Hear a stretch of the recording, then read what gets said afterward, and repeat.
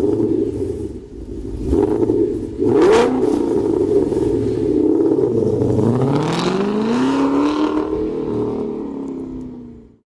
Bill from CJ Pony Parts.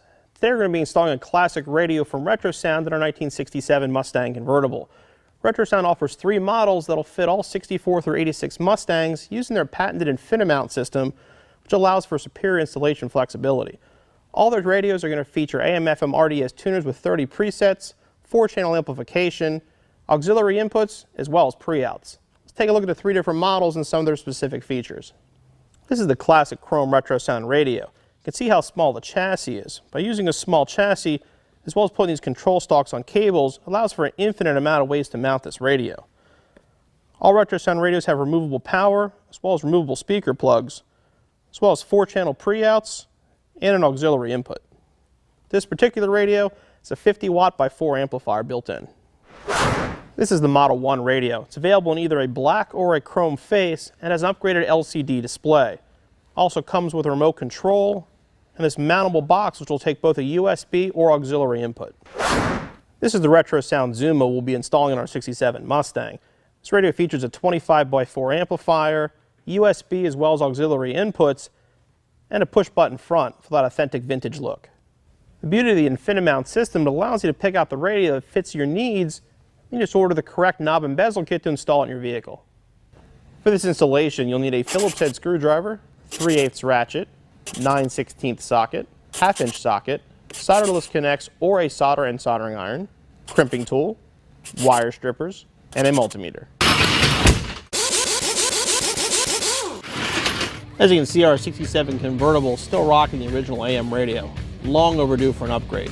First step is remove the radio bezel.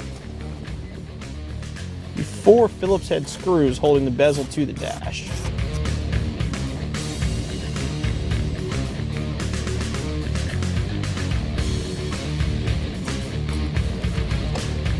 It releases the radio from the dash. In our case, it's still attached. You want to look underneath.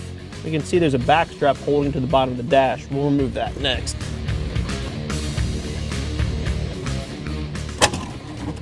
Now our radio will slide out.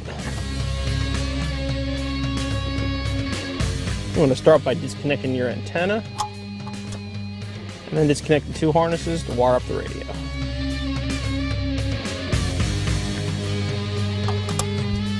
Mustang still had the original radio, looked like it was never been touched. It still has the original AM speaker as well.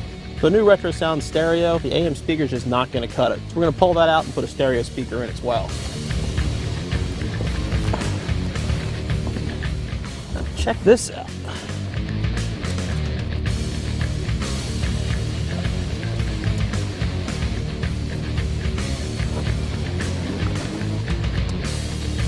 Something every Mustang owner dreams of finding is the original build sheet for this car. Still tied up inside the dash on the original wiring. Wow, check that out. Factory speaker is held in place by 2 nuts you'll have to remove to get it out. You want to hold it in place with the other hand when you loosen the nuts and slide it out. Our dual voice call stereo replacement speaker is going to be a huge improvement over the original paper AM speaker.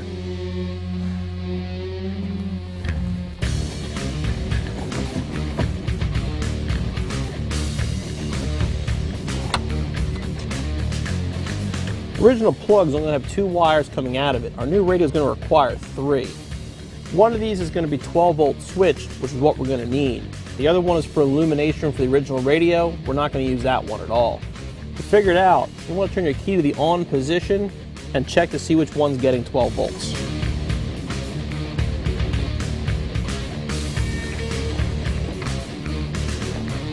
You can see the yellow wire is giving us 12 volts with the key on. That's going to be our 12 volt switched. Now we've figured out our 12 volt switch power, we'll be able to ground it through the chassis as well, which just leaves a 12 volt constant. Thankfully for 67, 12 volt constant will be right next door here at the cigarette lighter. You'll get a constant power there, hook up all of our wires to our new stereo. This is the power harness for our RetroSound radio. We're going to be using the ground, 12 volt switched, and a 12 volt constant. The power antenna and the remote amp turn on are not used. We're just going to put them aside for now. We're going to use this original style bullet connector so we don't have to cut the harness for our stereo. We're going to use a wire tap to tap into the power going to our cigarette lighter. To get easier access to the cigarette lighter, we're going to pull the ashtray out. Now that we've found both our 12-volt sources, you want to make sure you disconnect your battery before you tap into any of the wires, particularly the constant lead.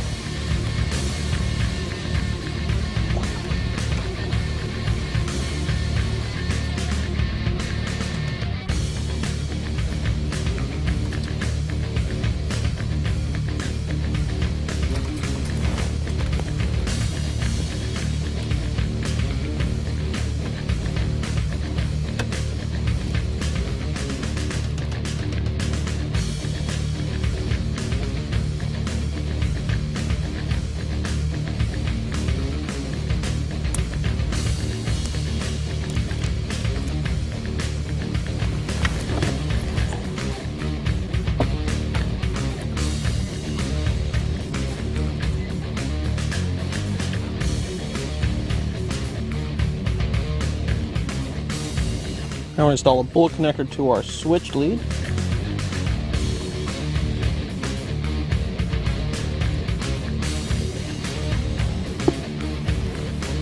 Just harness up to the stereo location.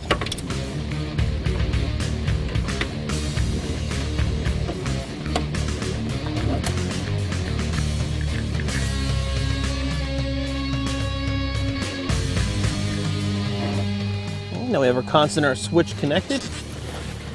We've got our wires here for our speaker. Now we're ready to go install the new stereo into the original bezel. Now I got to move our original radio from our bezel. The original bezel has been modified or is in poor shape. Now's a good time to replace it. Ours isn't too bad, so we're going to keep it, just remove the stereo. First step is to pull these knobs off. We'll simply slide right off the knob.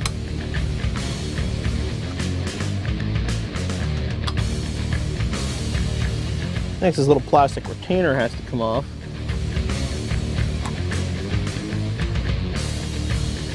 There's a retaining nut on each side that you remove next.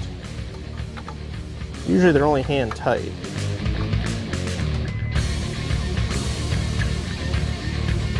Get them both off, you remove your bezel from your radio.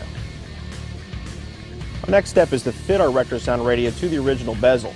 Because of the flexibility of their infinite mount system, it's a decent amount of hardware that comes with it. The first step is to put these brackets onto the side of the radio. The brackets are stamped with right and left to make sure you put it on the correct side. At this point, you'll just want to make it finger tight because we're going to have to adjust it.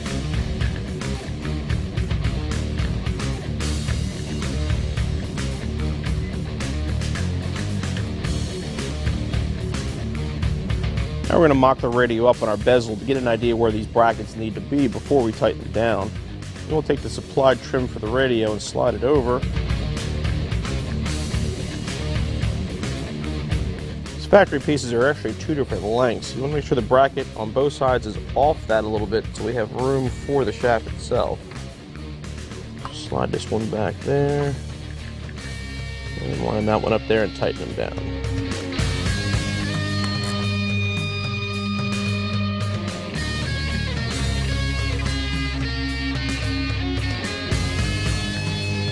Now I can remove it from the bezel, we'll line up the shafts. Next we're going to mount the control shafts to our bracket. First thing you want to do is remove the rubber sleeve they come on for protection and shipping.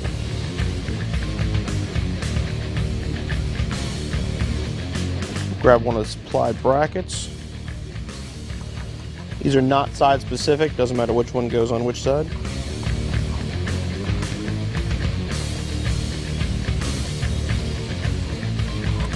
Slide the bracket over. Grab one small washer and one of the supplied nuts.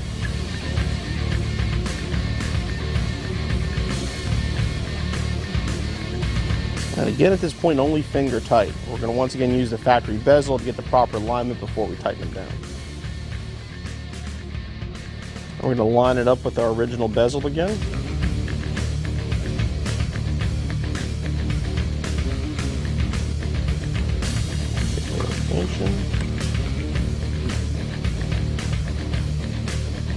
Half-inch socket to tighten them down.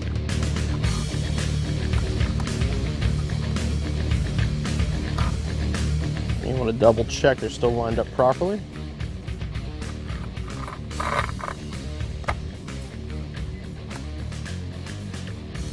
We're ready for the next step. Now that we have these shafts tightened down, time to put the radio into the bezel.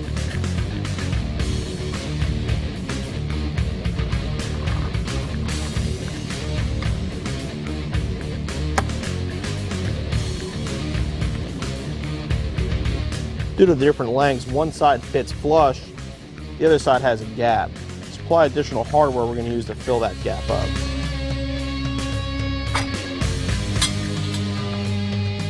Slide another nut over that shaft.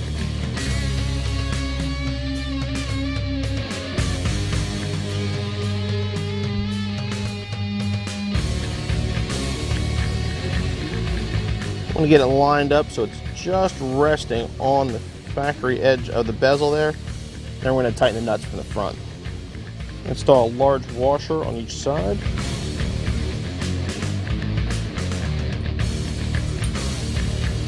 And then another mounting nut.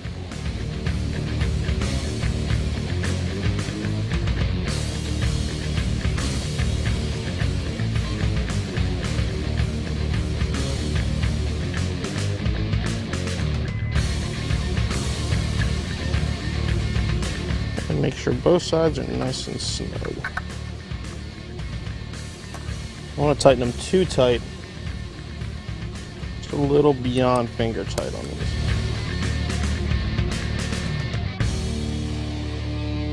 Once you finish attaching the radio to the bezel, make sure the control shafts are plugged to the radio before you put it in the car.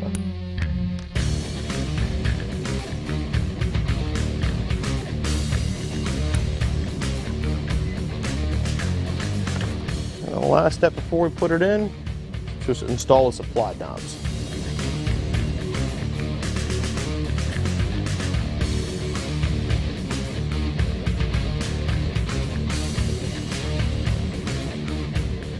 We're ready to reinstall the radio back in our car. Before we can try the radio, we have a couple more connections we got to make. We need to hook the speakers up to the removable speaker harness provided with the radio. We're going to put an additional ground wire on it as well. Factory radio grounds through the chassis. You can do this with a modern radio, but finding a good ground behind the dash is probably a better idea. We're going to ground to this bolt over here. It's part of the dash bracket.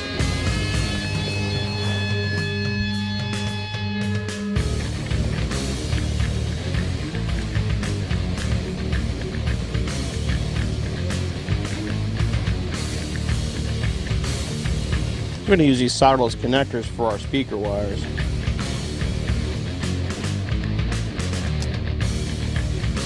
The wires are labeled both left and right and positive negative. Match them up to the corresponding wires in your dash.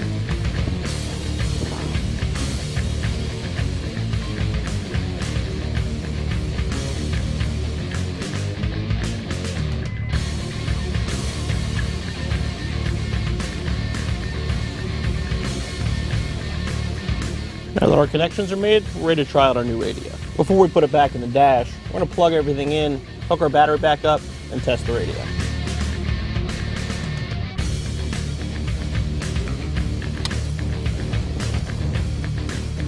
Turn our key on.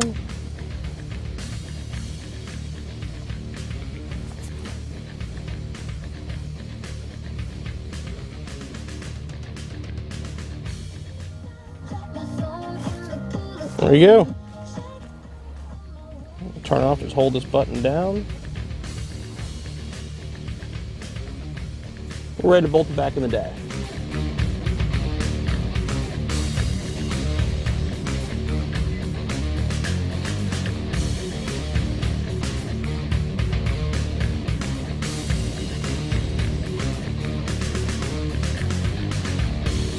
Not only does the RetroSound radio look great in our 67 convertible, sounds great too. Installation time will be roughly 1 to 2 hours, depending on speakers. Be back on the road cranking the tunes in no time.